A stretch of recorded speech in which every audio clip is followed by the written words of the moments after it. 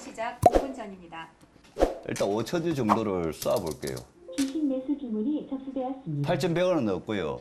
그다음 8,000원 선에서 제가 좀 또 깔아보겠습니다. 그는 투자 경력 28년 차, 주식 고수입니다. 정규장이 시작됐습니다. 매수 체결됐습니다. 매수 체결됐습니다. 주식 매수 주문이 접수되었습니다. 매수 체결됐습니다. 1분 안에 무려 5억 원어치의 매수 주문 체결. 좀 분산 투자를 하는 게 기본 일반 개인 투자지만 제 같은 경우는 분산 투자 안 하고 많으면 두 종목밖에 안 합니다. 그 주식 오랫동안 들고 갈 스타일 아니고 하루 안에 팔든지 아니면 들고 가봤자 3일 안에 팝니다. 그런데 시작과 동시에 하락세입니다. 제가 하루에 4억을 번 적도 있었고요. 하루에 2억을 날린 적도 있었거든요. 뭐 크게 그건 없습니다. 뭐 리얼하잖아. 지금 현재 마이너스 3%인데 2,100만 원 손실 중이에요. 잠시 고민을 하는가 싶더니 저는 8,400과 8,500이 온다 봐요. 그래서 저는 8,400부터 매도를 좀 걸어놓고 담배 피러 가려고 합니다. 8,500에 한 3만 주 걸어 2만 5천 주. 주식 매도 주문이 접수되었습니다. 8,480에 16,000주. 주식 매도 주문이 접수되었습니다. 8,520까지. 순식간에 5억 원어치의 자동 매도 주문을 마칩니다. 얼마를 갖고 하시는 거예요, 그러면? 8억이라고 하고 아니 이걸 사람들이 다 믿는다고요, 이 숫자를? 잠시 후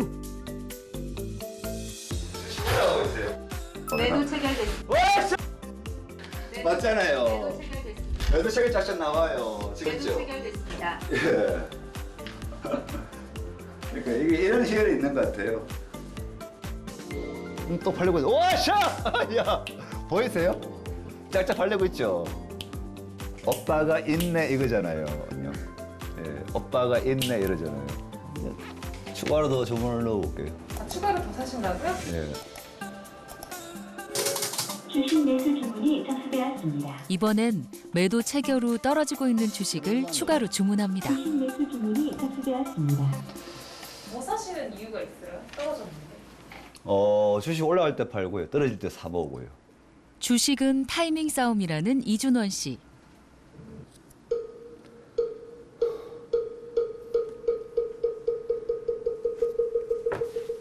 열심히 시장 흐름을 분석하고 심사숙고해 봐도 애초에 정답이 없는 게임이니 매번 승자가 될 수는 없습니다.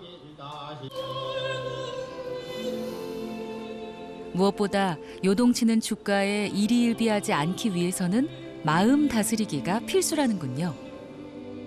나이 들면 꼭 해야 할 30가지. 이 세상 모두가 내 뜻대로 되는 건 아니다. 지금 주가가 어떤가요? 지금 제가 손실 많이 보고 있네요. 7,880원. 지금은 제가 생각한 가격보다 좀 밀리고 있어요. 그러니까 만족하는 게 중요한 것 같아요. 그래서 결국 주식은 주식시장에서 하루에 돈이 매덕이 왔다 갔다 하지만 제가 이거 얼마인가요?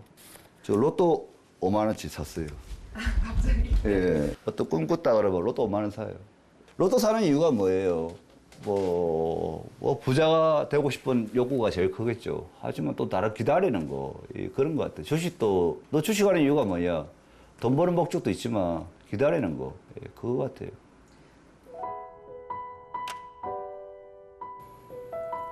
주가가 오르길 기다리며 뒤늦게 아침 겸 점심을 준비합니다.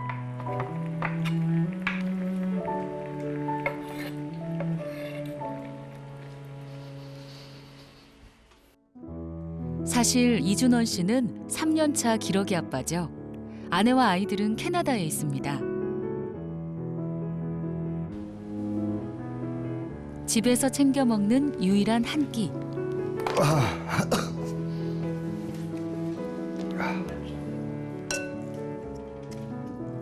하지만 그 시간마저도 그의 눈은 스마트폰의 주식창을 쫓습니다. 7,800원. 제가 재매수한 가격이 8,000원, 7,900원 샀잖아요. 지금 손실 보고 있죠. 몇천만 손실 보고 있는데 밥 먹고 있습니다. 그래서 봐야 되니까.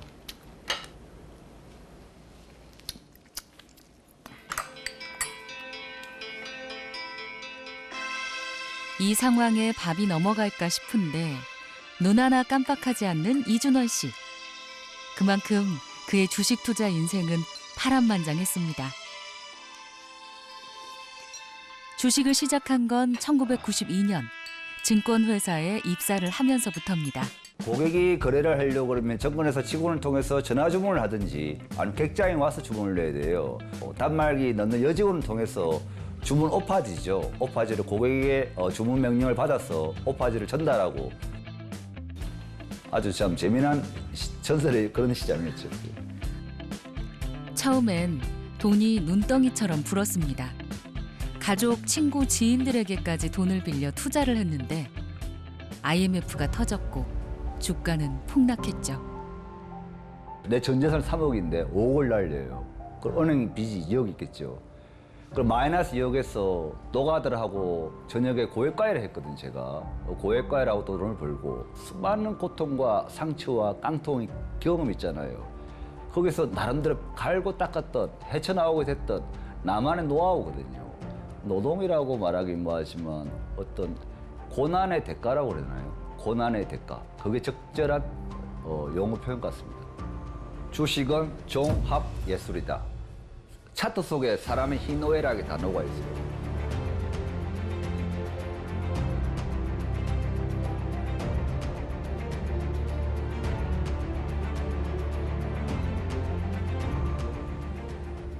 서울 송파구.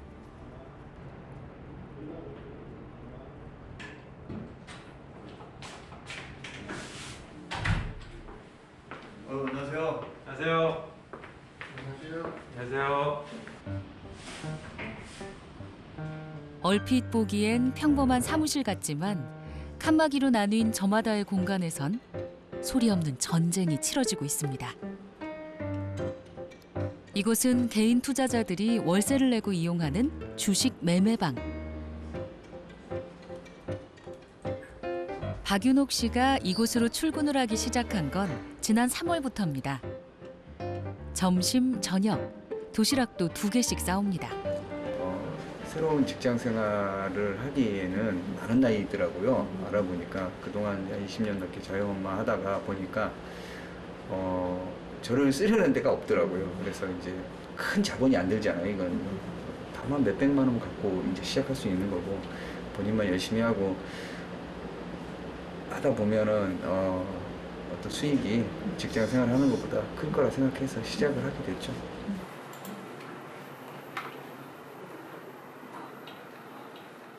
목돈이 좀 있었는데 어느 날 그 만기가 돼가지고 돈을 찾으러 갔었는데 이자가 1.5%? 그런 가운데 뉴스 미디어를 청취를 하게 됐어요. 근데 거기서 동학개미 운동이라는 낱말을 듣게 되고 은행보다 이자율이 높다는 말에 주식을 하는 게 더 현명한 방법이겠다 생각해가지고 주식을 시작하게 됐습니다. 동학개미 운동은 올 초 코로나19로 증시가 폭락하고 외국인 투자자들이 국내 주식을 팔자 개인 투자자들이 국내 주식을 대거 사들인 상황을 동학농민운동에 빗대어 만든 신조어. 미국의 로빈후드, 일본의 닌자 개미, 중국의 인민개미라는 말이 있을 만큼 이는 전 세계적인 현상인데요. 제가 관심이 있었던 종목이 있었어요. 아무 생각 없이 노는데 그 하루 사이에 1년 이자 5배가 나온 거예요. 야, 이거는 뭐 이렇게 돈을 쉽게 버는 방법이 다 있구나 놀랐습니다. 그래서 그 종목에서 돈을 빼가지고 또 다른 종목을 샀는데 갑자기 사자마자 막 마이너스를 나오는 거예요. 너무 무서웠어요, 처음에는. 이걸 어떻게 해야 되지? 오실 때도 항상 주식 공부도 하고 정보도 나눌 겸 매매방 회원으로 가입을 했습니다. 항상 투자하실 때도 분할로 하세요. 갖고 있는 나이도 사는 곳도 하는 일도 다 다르지만 주식이라는 공통 주제 하나로 이들은 꽤 가까운 사이가 됐죠. 아니 제주시 가신 거야? 사모님 이렇게 싸주시면 돈 많이 벌으셔서 이제 네, 그래야 되는데 가방 사드려야죠. 가방이 아니라 그냥 하나님만 제대로 줬으면 좋겠다고. 다행히 또 뭐라고 안 그래, 형수가? 이제는 뭐 모르겠어. 아니 오늘 핫한 거 뭐야? 카카오 게임즈는 아직 살 안 풀렸을걸? 오늘 이상이잖아요, 그죠? 네. 아까 상한가 잠깐 풀렸을 때 형 들어가려고 그러더라고. 어제 기준으로 카카오 게임즈 임직원들은 5억인가 벌었다면서요? 그 정도 모르겠지. 72억 수익 보고 오늘 팔았어요. 어제 개인이라고 볼 수가 없네. 그 정도면? 슈퍼개미네, 슈퍼개미. 너무 몰리니까. 네, 나도 예전 같았으면 이건 들어가면 안 되는 주식이지만 요즘은 한번 해볼 가치는 있을 것 같아요. 서울 강서구에 위치한 또 다른 매매방. 이곳 회원들이 주식 투자에 뛰어든 사연도 비슷합니다. 이게 오늘 15만 7,500원 갔다가 약 18만 원까지 약 저점 대비 한 18% 올라왔어요. 이때 내가 좀 화장실에 있어가지고 볼일 보는 사이 18%가 올라갈게요. 화장실도 참는. 그렇죠. 화장실도 참고 일단 기다렸어야 되는데, 아니 화장실에서도 계속 보고 있었어야 되는데, 저도 오전 전까지는. 어쨌든 간에 주식은 타이밍이기 때문에. 오늘 수익은 어떠셨어요? 수익은 뭐 일반 직장인 일당 정도? 김정길 씨는 몇 년 전까지만 해도 조선소에서 일했습니다. 조선업이 힘들어지고 회사가 문을 닫으면서 주식에 올인한 지 4년. 나의 부를 좀 더 빨리 일으키고 싶고 지금 이 각박하게 직장 생활을 하는 것도 벗어나고 싶고 그게 제일 크지 않을까라고 생각하는데 각박하게 지냈던 직장 생활도 나름 괜찮았던 것 같기도 해요. 진짜 큰 부자가 되는 사람은 1%, 그리고 자기 생활 이상을 벌어가는 사람은 한 7, 8%? 그 상위권에 있는 사람들이 그 밑에 개미들 거를 다 가져간다 보시면 돼요. 주식은 꿈이다. 개꿈 같은 거? 꿈 깨. 이러고 싶어요. 요즘 고3 수험생 때보다 더 열심히 공부에 매진하고 있다는 이세윤 씨. 한때 IT 업계에서 일했던 그는 코로나19 직후 권고사직을 당했습니다. 이 첫 번째 핸드폰은 이제 본폰. 그러니까 전화 뭐 이런 게 다 가능하죠. 근데 이거는 이제 요즘에 그 핸드폰에서 데이터 쉐어링이라고 있어요. 데이터 쉐어링을 하게 되면은 전화나 그 문자 발송이 일치 안 돼요. 오로지 주식으로만 쓰는 핸드폰. 이걸로 해서 이제 증권만 따로 이렇게 모아놓은 거죠. 매일 눈만 뜨면 부동산 집값 올라가지, 서울 집값 올라가지, 오늘 현재 보는 이 가격이 내일의 저가지, 지금 제가 살고 있는 월세도 계속 올라가지, 다 올라가. 금값도 올라가지, 부동산도 올라가지, 주식도 올라가지, 비트코인도 다 올라가고 있지. 그러니까 지금 시기에 솔직히 투자를 안 하게 된다면 돈 벌 수 있는 수단이 없어요. 대한민국에 태어나서 자신이 금수저가 아니다 하면 일단 제가 봤을 때는 뭔가 투자를 잘 하긴 해야 돼요. 주식을 하는 목적, 그 근본적인 이유 뭐냐? 돈 때문에 하는 거예요? 돈 벌고 싶어서 하는 거예요? 이제 솔직히 어쩔 수 없이 우리는 한 방을 노리긴 해야 돼요. 절망의 끝에서 인생 역전을 꿈꾸는 사람들. 그들은 위기가 곧 기회라고 믿고 있습니다.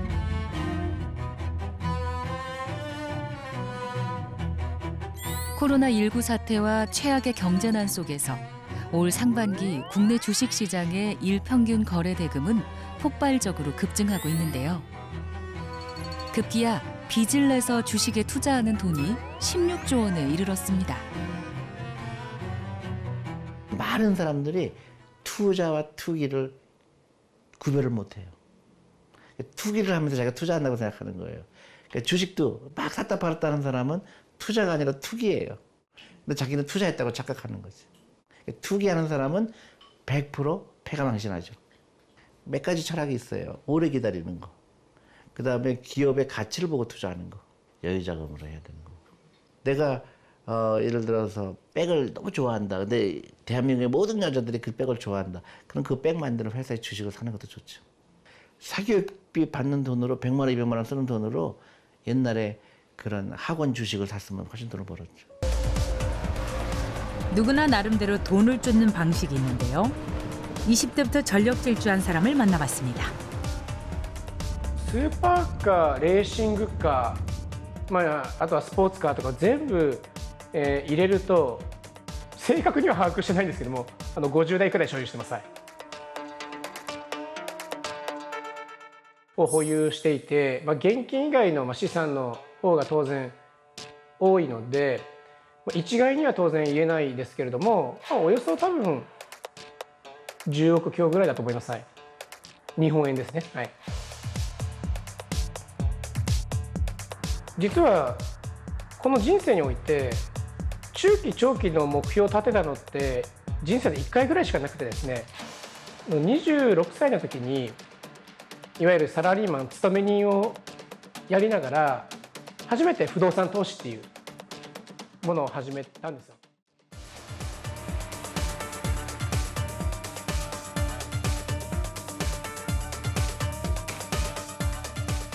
いわゆるサラリーマン、勤め人をやり、このまま勤め人としてその会社で例えばトップ、になったとしても、おそらくこういうスーパーカーを複数台所有して乗るというのは不可能だと感じました。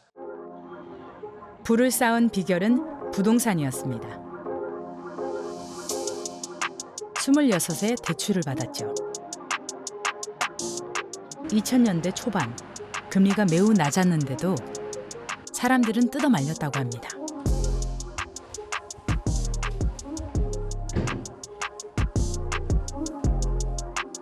今だからこそ言えますけど、一番の底ですね。もう周りはもう不動産をやったら騙されると、まだまだ下がると、不動産なんか触れるべきじゃないっていうような、かなり真っ黒などんよりムードの時に始めました。それがちょうど、日本におけるそのバブル崩壊後の一番底っていうのがやっぱり2000年、2001年だったんですよ。はい、そんな状況の時に始めました。 아무도 안 할 때 하는 것. 부자들에게 비결을 물으면 꼭 이렇게 말하죠.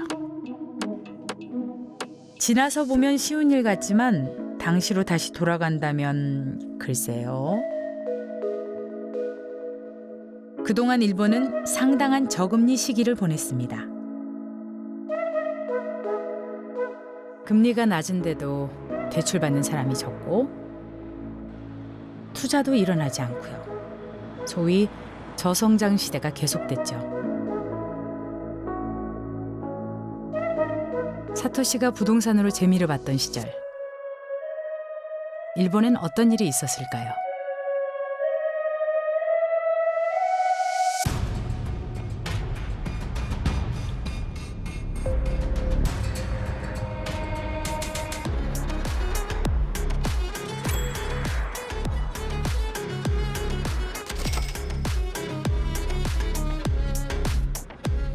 튀르키예가 억지로 금리를 낮췄다면 일본은 오랫동안 초저금리 상태였습니다.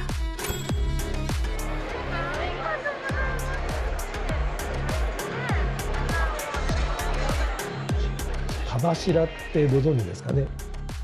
蚊が思い飛んでますけれども、ああいうのが例えばちょっと田舎に行って水辺なんかに行くと蚊がこう群れをなしてるわけですね。でいかにも柱のように物体のように蚊が固まっているようなそういう状況っていうのがあるわけですけれども、その蚊柱っていうのは実は少しずつ移動してるわけですよね。で一個一個の蚊が一つ一つの商品なんじゃないかというふうに考えた時に、ですので一個一個の蚊はもちろん動いてるわけですけれども、一つ一つの蚊は動いてるわけですけれども、でこのゆっくり動いてる蚊柱の動きが物価なんであって、なので例えば中央銀行とか政府とかっていうのはこの蚊柱の動き、物価の動きを何とかしてコントロールしようとするというのが、仕事なわけでして。 물가가 오를 때, 즉 인플레이션일 땐 금리를 올려 경제를 식혀갑니다. 디플레이션, 경기가 안 좋을 때는 금리를 내리는 게 좋을 것 같아 그렇게 해왔습니다. 20년을요. ただ金利っていうのは例えば 10% から下げるって 5% になるで次 3% になって、下げることできますけれども最後はやっぱり 0% で止まってしまうわけです。上げるのはいっぱい上げることはできますけれども下げるのはゼロのところまでしか下げられないっていうそういう大きな壁がそこにあるわけです。 급기야 2016년부터 일본은 중앙은행과 시중은행 간의 마이너스 금리를 도입합니다.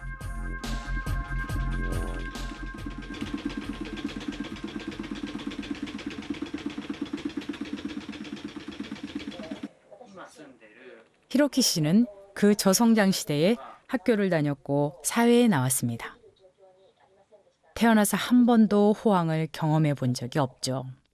この部屋の家賃は6万円と5000円管理費がつくというような形になっています。 마이너스 금리까지 도입했지만 경기는 나아지지 않았습니다. 히로키 씨도 원하는 취업이 어려워 대학원 진학을 결정했습니다.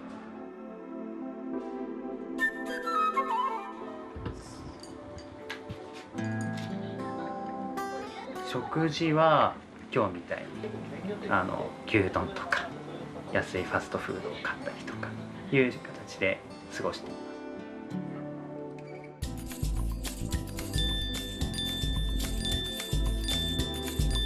팬데믹 전까지 물가가 거의 오르지 않았습니다.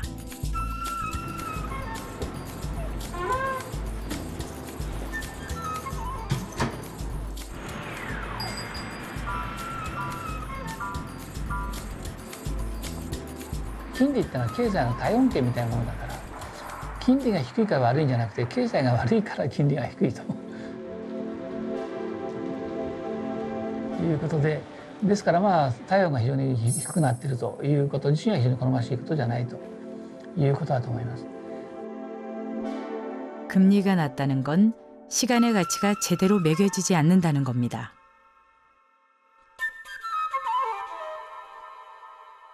일본도 호황을 누리던 시대가 있었습니다.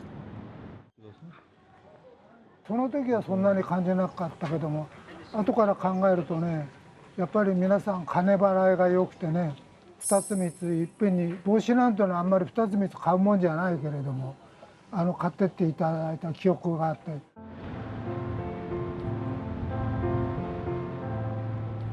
後から考えるとああこれがバブルの時だったんだなって。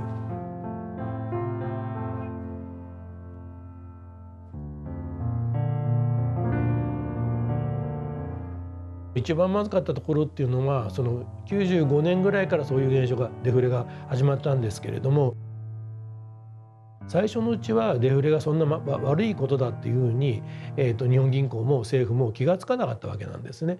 なので、そうですね10年以上にわたって何もしないということをしてしまったわけです。 그런데 전 세계적인 물가 상승 속에 일본도 고물가에 시달리고 있습니다. 멈춰있던 물가가 갑자기 오르면 어떻게 될까요? 준코 씨는 75에 다시 일을 시작했습니다.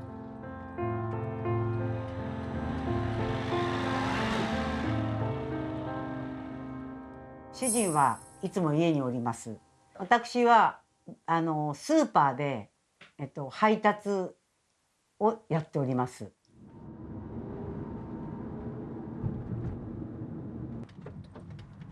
남편과 함께하던 사업을 접은 게 9년 전입니다. 은퇴 후 이런 삶은 계획에도 없었죠. いつもありがとうございます。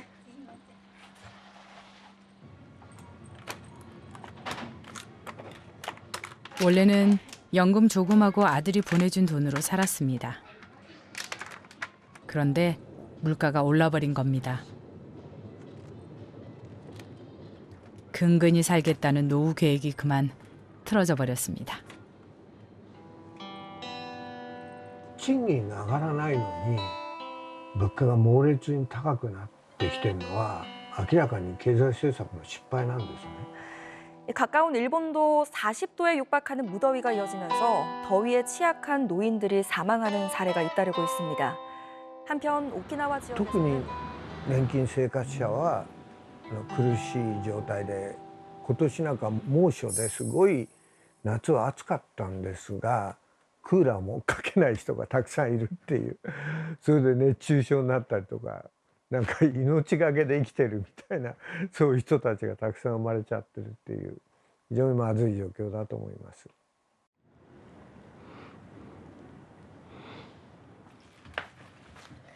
これ豚のロースの切り落としなんですが 30% 引きの買ってきて。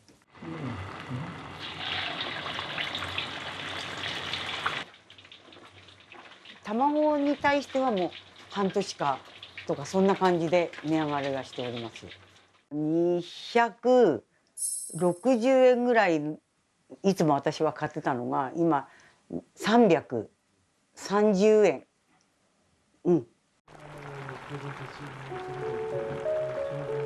若い人に言う時ある時はちゃんと貯金しときましょうねって言いたいです。もし戻れるんでしたらもう確実に10年後20年後30年後を計画立てて生活します. 금리 같은 것 모르고 살아도 괜찮았습니다. 그러나 이젠 알아야 하죠. 금리가 움직이기 시작했으니까요. 우리가 보는 이 숫자는 사실 겉으로 드러난 명목금리일 뿐입니다. 명목금리만 알고 돈을 빌리면 나중에 크게 힘들어지죠. 귀를 안 보고 왔나? 귀가 명목금리, 실전금리요? 네, 들어는 봤는데, 네, 들어는 봤어요. 아, 들어는 봤는데 그거에 관련해서 업무를 처리해 본 적이 없다 보니까 명목금리에서 인플레이션을 뺀 게 실질금리입니다. 그렇습니다. 딩동댕. In a sense, what you have to also compare are real interest rates. So interest rates after correcting for inflation. For example, if the interest rate in the United States is 5.5%, but inflation is 5%, so you get after inflation, you get only half a percentage point. 이 3.5는 명목금리입니다.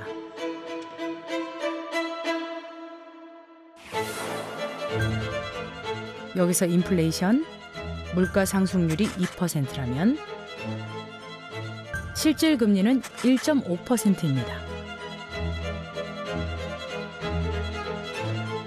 예금자도 실질 금리를 알아야 하죠. 연 3.5% 이자로 1억을 은행에 맡긴다면 350만 원을 예상하겠지만 실제로는 아닙니다.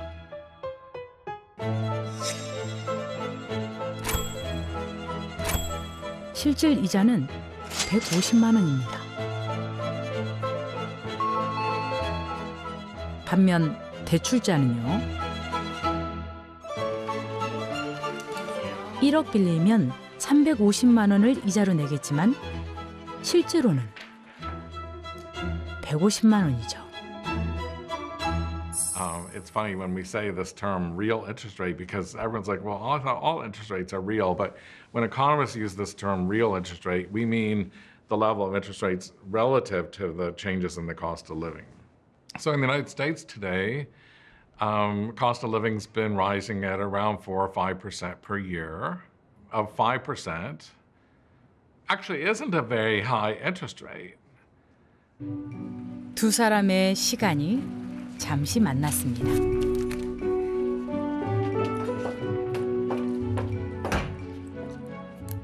각자의 인생을 찾아갈 시간입니다.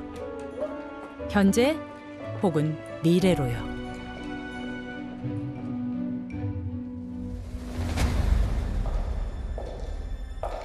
세상에 돈이 물이라면 금리는 물의 양을 조절하는 밸브입니다. 국가에 돈이 필요하면 금리를 낮춥니다. 시중에 많은 돈이 풀리죠. 한국은행이 5조 원대 자금을 시중에 공급했습니다. 코로나19 사태로 세계 경제의 불확실성이 커지자 미국 중앙은행인 연방준비제도가 전격적으로 기준금리를 0.5%포인트 인하했습니다. 부동산 시장은 뜨거웠습니다. 우리는 저금리 시대를 살았습니다. 물가가 너무 많이 올라서 걱정인데요. 정부의 예상과는 정반대로 가고 있습니다. 많은 사람이 쉽게 대출을 받았고 부동산 가격이 급등하던 시기이기도 하죠. 5천억 원의 신용대출이 이루어지자 Yeah, so, and this is exactly what we've seen. For the last 8 or 10 years, we had very low interest rates, and people got used to that, right? People get into habits and customs of how to operate. And so if interest rates are very low, and that means credit card rates are low, mortgage rates are low, car rates are low, and so you tend to borrow more when rates are low. Today, instead, the world has changed. We've gone from a world where interest rates are too low to a world in which interest rates are too high. Why they are too high? Inflation has come back. 경기가 과열되면 금리를 올려 시중에 돈을 걷어들입니다. 제롬 파월 미 연방준비제도 의장은 높은 인플레이션이 지속할 경우 금리를 예상보다 더 인상하겠다고 밝혔습니다. 전국 아파트 매매와 전셋값이 가장 큰 폭으로 떨어졌습니다. 오늘 상장하는 거 한번 봐야겠네.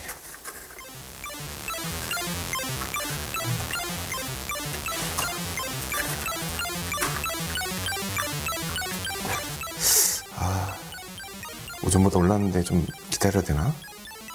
제가 이제 공모주 청약을 하고 있는데 2,000원에 청약을 했는데 이제 한 5,500원 정도 해서 한 180% 정도 지금 오른 상태이고.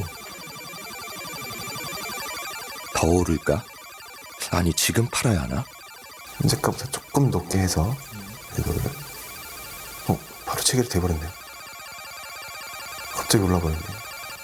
순간의 판단이 아쉽기만 합니다. 오빠 오늘 공모주 팔았어? 난 팔았어. 나 안 팔았는데? 내가 지금 판교보다 지금 많이 떨어지고 있는데 지금 나 팔아서 점심값은 내가 벌었잖아. 얼마 벌었는데? 한 3만 원 정도? 진짜? 아내도 급히 매도를 합니다. 팔았어. 팔았어? 매도 버튼 눌렀어? 응. 오늘 25,000원. 25,000원? 저녁값은 벌었네. 주식은 변동성이 높은 위험 자산입니다. 그래서 수익을 내기도 하고 손실을 입기도 하죠. 저녁 식사를 하면서 권우리, 김대호 부부는 종종 주식 이야기를 나눕니다. 잘 익었는데? 막 괜찮다니까. 나 쿠팡 팔아야 돼. 어떡해? 응? 쿠팡. 개인정보 때문에 지금 8% 떨어졌어.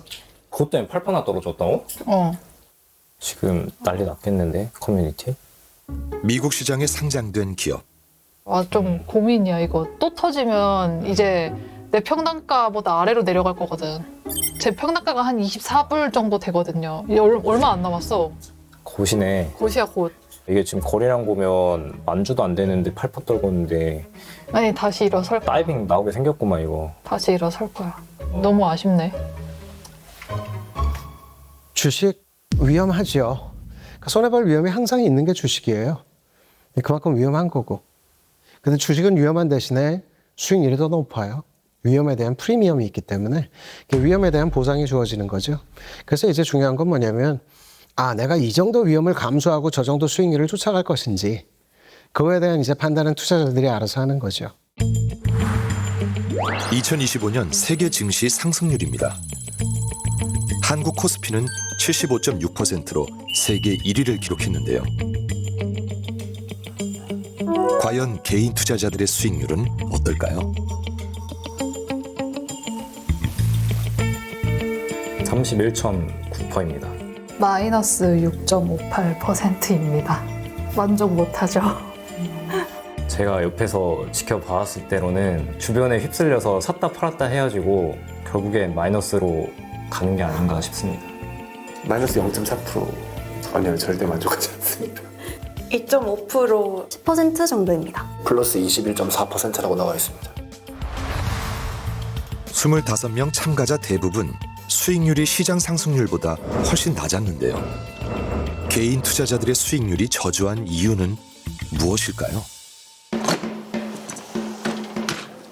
이 질문에 대한 답을 찾기 위해 노벨 경제학상이 밝혀낸 실험을 진행해 보려 합니다.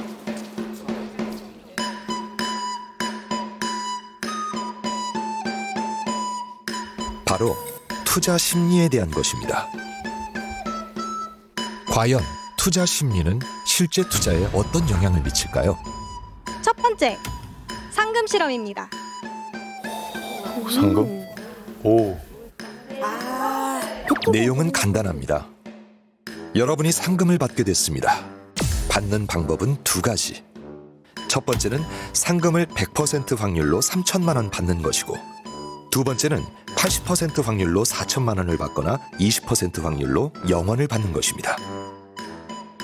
확실한 상금이냐, 위험한 모험이냐. 시청자 여러분도 함께 고민해 보시죠. 80%에 20%에 0원. 상금 실험에는 총 20명이 참가했는데요. 확실한 상금을 선택한 분도 있고 100% 3천만 원 받을 수 있었는데 그 3천만 원을 잃었다라는 그 쓰라림이 너무 클 것 같습니다. 8이 32, 3,200만 원의 기대값. 다른 선택을 한 분도 계십니다. 80% 확률로 4천만 원 받는 걸 선택했습니다. 4천만 원에 80%니까 기대값은 3,200이고 저쪽은 100%로 3천만 원. 사실 기대값이 여기가 조금 200만 원 높긴 한데 감정을 배제하고 숫자를 따르라. 저도 그 방식을 따라야 될 것 같습니다. 과연 다른 분들은 어떨지 점점 궁금해집니다. 확실한 이익과 불확실한 모험의 경계. 과연 결과는 어떨까요? 와, 놀라운데요. 100% 확률로 3천만 원을 받는 것이 압도적으로 많습니다. 말 그대로 100%라는 건 확실하다는 말이니까 무조건 100% 3천만 원 상금으로 선택했습니다. 이거 보자마자 그냥 100%니까 사실 상금이 300만 원이어도 여기로 왔을 것 같아요. 그냥 확실한 걸로. 저는 투자 성향이 안정적인데요. 이거는 계산할 필요가 없잖아요. 리스크가 제로. 한 가지 실험을 더 해보겠습니다. 다 같이 뒤를 돌아볼까요? 두 번째, 벌금 실험입니다. 이게 뭐야? 이번에는 반대로 벌금을 내야 하는 상황입니다. 벌금을 내는 방법 역시 두 가지인데요. 첫 번째는 100% 확률로 3천만 원의 벌금을 내는 것이고, 두 번째는 80% 확률로 4천만 원을 내거나 20% 확률로 0원, 즉 벌금을 한 푼도 안 낼 수 있습니다. 아까보다 훨씬 어려운데요. 이쪽은 이득이고 이쪽은 손실이라서 느껴지는 감이 완전히 달라요. 1,000만 원 차이라. 손실이 발생하는 상황, 참가자들의 고민이 깊어집니다. 시청자 여러분이라면 어떤 선택을 하겠습니까? 상금과 달리 쉽게 결정을 내리지 못하는데요. 고민에 고민을 거듭하며 마지막까지 선택을 바꿉니다. 과연 결과는 어떻게 나왔을까요? 예상 바뀝니다. 20% 확률로 벌금을 내지 않는 불확실한 선택이 더 많았습니다. 왜 끌렸는지는 잘 모르겠는데 아까 상금 실험에서랑 비교를 해보면 이게 너무 마이너스로 와닿으니까 지금 제 그냥 마음으로는 이 20%의 불확실성 0원에 희망을 걸고 싶어요. 여기서는 이제 얻는 게 아니고 내 거를 잃는 거잖아요. 그러니까 조금이라도 내가 내 거를 지킬 수 있는 확률이 있다면 뭔가 거기에 걸어보고 싶다라는 생각이 좀 있었던 것 같아요. 그거는 플러스 게임이고 이건 마이너스 게임이잖아요. 전 이거를 두 개의 금융 상품으로 봤어요. 80% 4천만 원 손해이지만은 이 옵션이 20%예요. 안정성 옵션이 20%라고 하면은 해보면 하는 거죠. 그 관점에서. 상금이냐 벌금이냐에 따라 참가자들의 선택은 확연히 달랐습니다. 상금, 즉 이익일 때는 위험이 전혀 없는 확실한 쪽을 선택했지만 벌금, 즉 손실일 때는 위험이 있는 불확실한 쪽을 선택한 것입니다. So this pattern they call dual risk attitudes because the attitude towards risk is different in the gain domain from in the loss domain. So I can make $100 or I can make $200.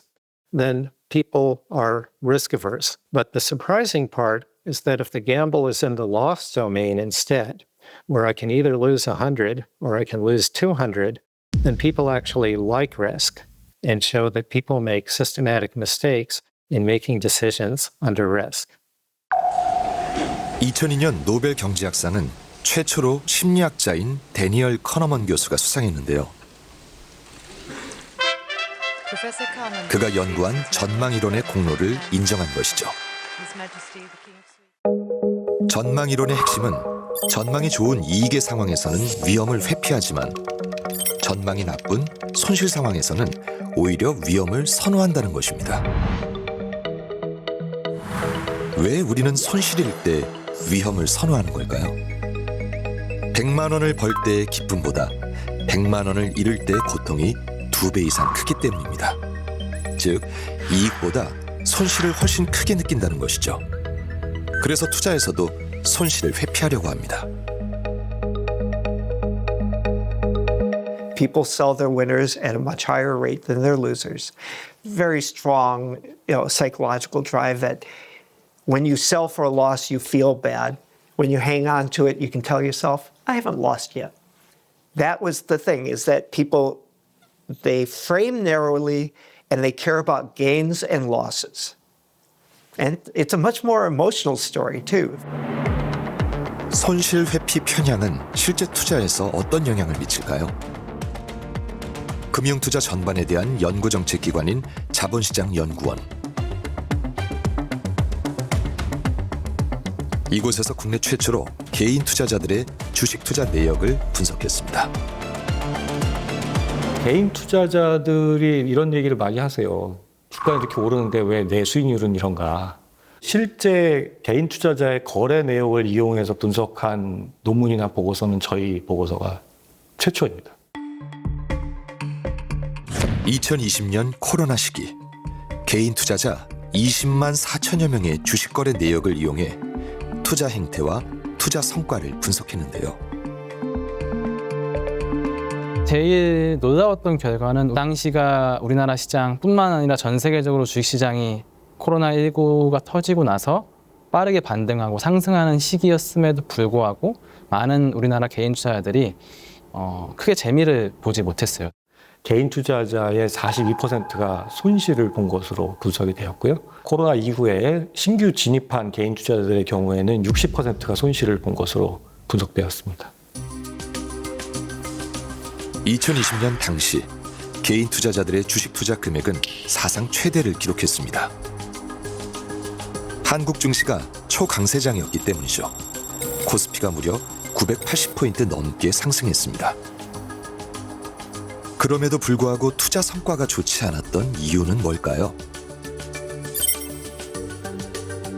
개인 투자자의 거래 회전율은 6.8%, 기관이나 외국인에 비해 무려 5배나 높았고 주식 보유 기간도 매우 짧았는데요. 채 일주일이 되지 않았습니다. 심지어 그날 사서 그날 파는 단기 매매가 전체 거래의 50% 이상이었습니다. 개인들이 수익률 성과가 부진한 이유는 아주 명확하게 지나치게 많은 거래를 한다는 거죠. 주식 거래할 때 거래 비용은 크게 두 가지입니다. 첫 번째는 위탁매매 수수료라고 해서 증권사에 지불하는 비용이 있고요. 그리고 거래세라고 이제 나라에 내는 세금 비슷한 게 있는데요. 근데 그 금액, 그 비율 자체는 크진 않아요. 굉장히 낮기 때문에 무시할 만한 수준이다라고 생각을 하는 것이죠. 근데 실제로 거래를 너무 많이 하기 때문에 실제로 수익률에 영향을 많이 줍니다. 당시 개인 투자자 전체의 평균 수익률은 18%. 하지만 거래 비용을 제외하자 14%로 줄어듭니다. 특히 신규 투자자의 경우 거래 비용을 제외하면 오히려 손실을 봤습니다. 결국 과도한 거래가 저조한 수익률의 원인이었습니다. 매수 매도 타이밍도 수익률에 큰 영향을 미친 것으로 나타났습니다. 개인 투자자들은 언제 가장 많이 매도했을까요? 바로 수익률이 마이너스를 지나 0%가 되는 순간, 즉 원금을 회복할 때였습니다. 반면 손실 주식은 오래 보유했죠. 처분 효과라는 건데요. 수익이 난 주식은 빨리 처분하고 손실이 난 주식은 오래 보유하는 것을 말합니다. 그래서 상승장에서 우리가 투자자들이 이익을 충분히 보지 못하는 이유 중 하나도 이익이 난 종목을 서둘러 매도하고 손실이 난 종목을 지속적으로 보유하는 처분 효과도 충분히 영향을 끼치고 있는 것 같아요. 마이너스였던 주식이 원금을 회복하는 순간 바로 팔아버리기 때문에 더 큰 수익을 보지 못한다는 것이죠.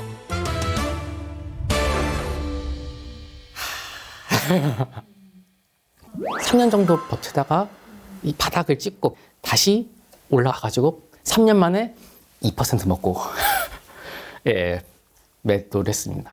시간은 많이 걸렸지만 손해는 안 봤다. 요거 오기 전에 주식창 이렇게 들어보니까 다시 2022년 수준 올라왔더라고요. 들고 있었으면 30% 그거 할 수 있었는데 배가 좀 아프더라고요. 그 삼성전자 주식을 좀 몇 년 정도 막 물려 있던 걸로 기억하는데 한 1년? 아니야, 한 4년 넘었거든요. 4년? 이게 100주나 들어가 있으니까 못 팔고 있었어요. 약간 기억에서 지우고 있다가 네, 다행히 구조대가 왔어요. 그래서 팔았어요. 74,000원의 매수, 4년 만에 원금을 회복하자 76,000원에 바로 매도한 것이죠. 하지만 주가는 16만 원까지 급등했습니다. 진짜 한 20만 원인가 밖에 수익 못 냈어요. 그러니까 이게 물려있던 기간이 너무 길어서 이게 너무 지긋지긋한 거예요. 그냥 기억에서 지우고 싶어서 그냥 팔았어요. 처분 효과는 수익률에 나쁜 영향을 미칩니다. 계좌가 있는데 한 직장 동료들의 점심시간, 다들 주식 계좌를 보느라 여념이 없네요. 있는데 하고 나서 바로 떨어져 버렸어요. 그럼 어제 진짜 최고점이었거든요, 이거? 96%예요. 우와. 상대가 안 되네요. 아, 그래도 25%는 그래도 수익이 나셨네. 동료들의 수익률에 소희님은 부러운 눈치입니다. 저는 그냥 계속 그 갖고 있는 주식이 있어요. 그게 넷마블인데. 넷마블이 아직도 있어요? 요즘 아직 그래도 살아 있는데 못 팔겠어요. 마이너스가 너무 세서. 마이너스 36%라고? 20만 원에 매수한 주식은 4만 원대까지 폭락했습니다.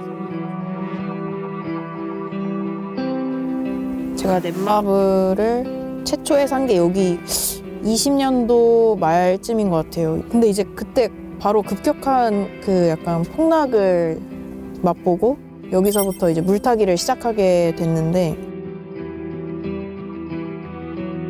여기서 내가 한 200주만 더 구매하면 그러면 27% 아니야 더 넣어 500주 사버려 그럼 20%가 된단 말이에요.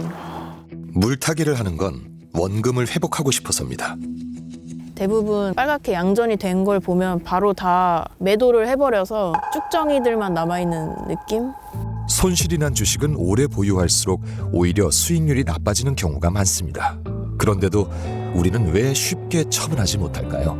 주식 투자에서 가장 어려운 게 이 매수 매도 시점이잖아요. 이익이 난 종목을 너무 빨리 팔아버리고 손해가 난 종목은 너무 오래 가지고 있는 일반적인 성향이 처분 효과입니다. 근데 그 이유는 손실 회피 성향이 되게 크게 영향을 미친다. 이걸 실현을 하면 이제 고통이 따르기 때문에 언젠가는 오를 것이라는 그런 기대를 가지고 계속 보유하는 것에 영향을 미치겠죠. 손실 회피 성향도 처분 효과도 보이지 않은 건데요. 작년 5월에 퇴직을 하고요. 그다음에 지금 전업으로만 하고 있는 거는 이제 1년 반 정도 됐죠. 메디컬 AI 봅시다. 넌 왜 그렇게 흔들리냐. 오늘도 신정철님은 손절매의 기로에 서 있습니다. 이거는 팔아야지라고 아침에 주식창을 엽니다.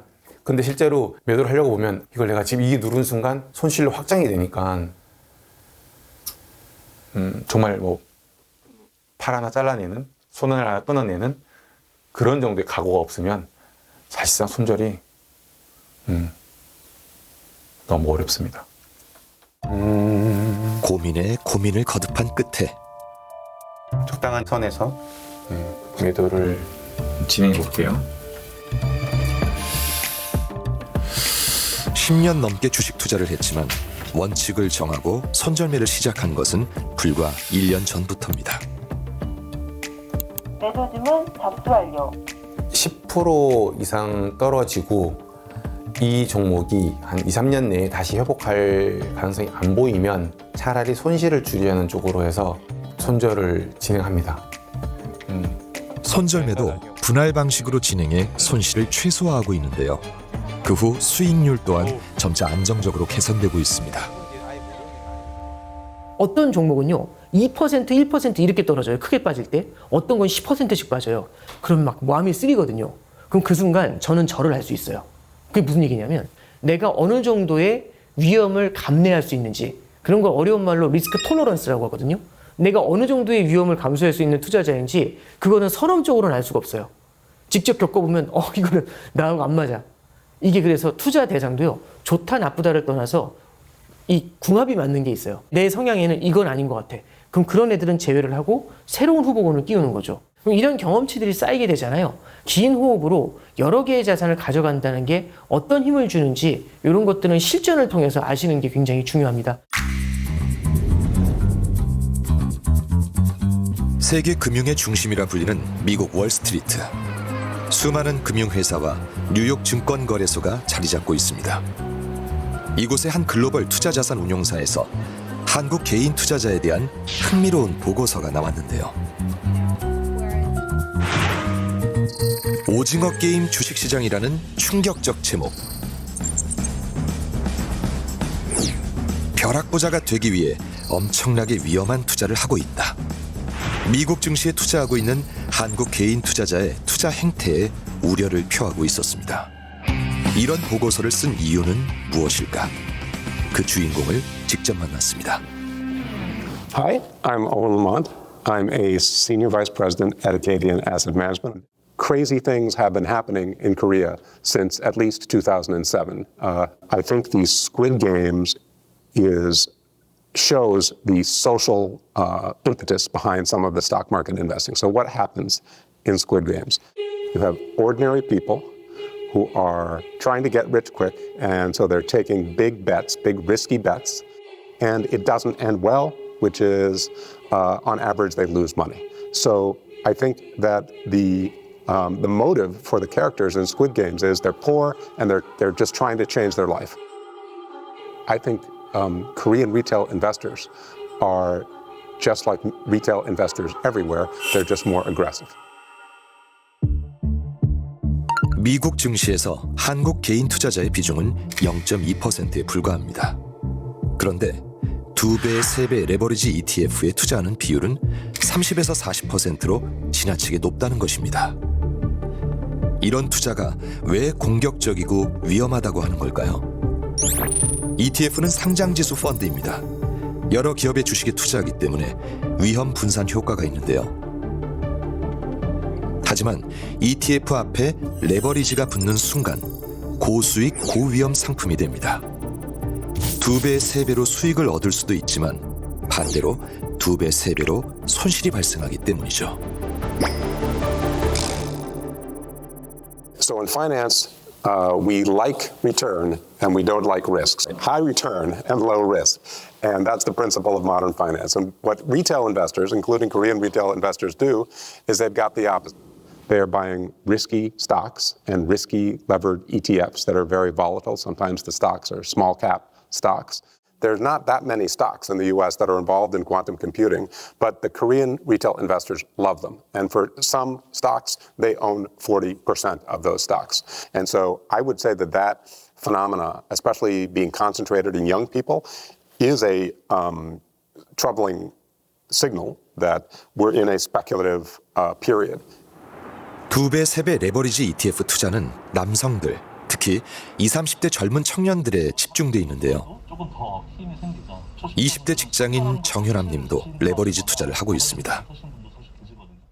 24년도쯤부터인가 이제 새로 2배 레버리지 종목을 매수하기 시작했는데, 만약에 그때 5배가 있었으면 제가 5배를 투자했을 것 같기도 해요. 가장 큰 목표가 고수익률을 가지는 게 목표였기 때문에 고수익을 가질 수 있는 상품이 뭘까? 이게 메타를 2배로 추정하고 있는 레버리지인데요. 사실 고점 대비 거의 40% 하락이 나와서 어떤 분은 되게 위험하시다고 생각을 하실 거예요. 저는 이제 신규 진입을 좀 해보려고 하고. 효남님은 현재 수익을 내고 있습니다. 레버리지 ETF에 투자하면서 상승장에서는 고수익에 기뻤죠. 하지만 하락장에는 엄청난 공포를 느꼈다고 합니다. 하락장 때 거의 죽음이었죠. 제가 가지고 있는 모든 현금을 동원을 해서 또 매수를 했었는데, 예금 있었는데 없애고 적금 든 거 취소하고 카드값 못 내기 전까지 제가 돈을 다 끌어다가 썼었습니다. 그 전까지 엔비디아 2배 레버리지를 들고 있었는데 수익이 굉장히 좋았었어요. 뭣도 모르고 샀는데 사실 수익이 굉장히 좋았어요. 근데 거기서 사실상 제가 XOXL이라고 반도체 3배 레버리지를 들어갔는데, 그 최고점 양봉의 피레침 거의 10만 원대에 딱 사가지고 거의 한 60% 손해보고 한 800만 원 넘게 잃었던 기억이 나요. 아이온큐랑 리게티에 2배씩 했었고요. 이렇게 레버리지 땡기는 게 너무 쉬웠어요, 저한테. 그러니까 처음에 벌었으니까. 근데 벌으면 결국 다시 잃더라고요. 유난히 20, 30대 젊은 청년들이 레버리지 투자를 많이 하는 이유는 무엇일까요? 지금 하는 이유는요, 결혼 자금 만들고 싶어서 하는 것도 있고, 사실상 지금 우리 청년 세대들이 돈을 증식시킬 수 있는 방법은 이 주식시장밖에 없어요. 20대는 과연 서울에 아파트를 살 수 있을까에 좀 꽂혔던 것 같아요. 평생 벌고 돈을 안 써야지 서울 아파트를 살 수 있을까 말까 하더라고요. 그러니까 정말 집을 못 살 거다라는 공포가 저한테 다가오더라고요. 아무래도 20, 30대한테 주식 투자는 새로운 세상의 생존 방식이 아닐까요? 자본시장연구원에서 개인 투자자의 해외 투자에 대한 새로운 연구 보고서가 나왔습니다. 3배 이상 고배율 레버리지나 인버스 비중이 2020년에 압도적으로 높게 차지하고 있는 것을 보실 수가 있습니다. 해외 ETF 투자자는 평균 25% 이상 수익을 낸 반면 레버리지 ETF 투자자는 평균 33% 손실을 기록했습니다. 저희 결과에 따르면 레버리지와 인버스 투자를 했을 때 그 투자 상품에서의 수익률이 30% 손실이 나타났거든요. 지수가 오를 때 떨어질 거를 예상을 해서 인버스에 투자하고, 떨어질 때는 오를 거를 기대해서 레버리지에 투자를 하는데, 사실 이거를 한 번 정도 맞추는 거는 가능하지만 지속적으로 이 시점을 맞춰서 투자를 해서 지속적인 성과를 내기에는 상당히 어렵다. 우리는 투자를 해야 하는 시대에 살고 있습니다.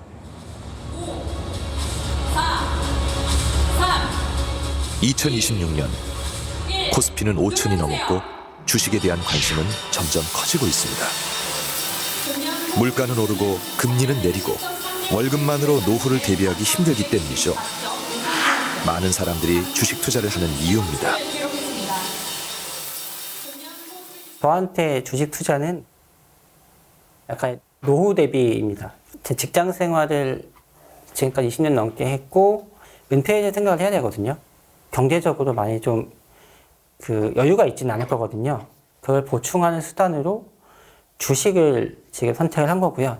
이 주식이라는 게 나중에 한 20, 30년 뒤에 저는 이제 제 노후에 와이프랑 행복하게 살려고 꾸준히 모으고 있는 건데, 나중에 은퇴하고 나서 제 용돈을 줄 주체로 주식을 믿고 있습니다.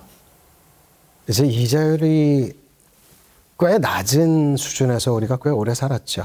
예전에 이제 이자율이 충분히 높았을 때는 은행에다 적금을 붓는다든가 해가지고 충분히 부의 증식을 이루어낼 수가 있었죠. 부동산이 가장 좋을 때는 부동산으로 사람들이 몰리는 거고, 예금이 좋을 때는 예금으로 가는 거고, 주식이 좋을 때는 주식으로 가는 거죠. 요즘은 주식의 시대라고 얘기할 수 있습니다.